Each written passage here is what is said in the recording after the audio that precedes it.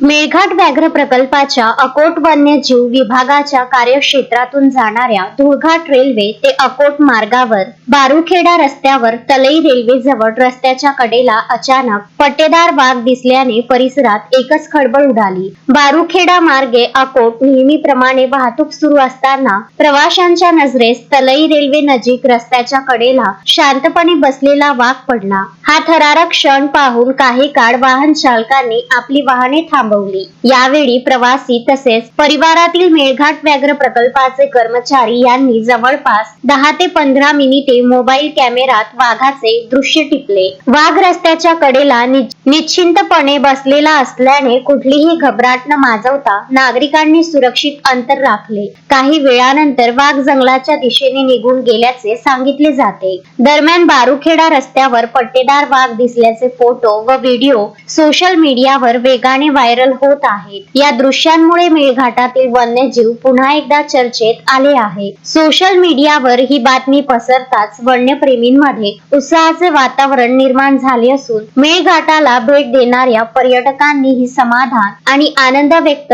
केला आहे। वन्यजीव विभागाकडून नागरिकांना सतर्क राहण्याचे व जंगलालगतच्या रस्त्यांवरून प्रवास करताना आवश्यक ती काळजी घेण्याचे आवाहन करण्यात आले आहे। तस्मीन शेख, सुलेमान मेमन, शकील अहमद सह जुगल किशोर जयस्वाल, विदर्भ न्यूज, धारणी।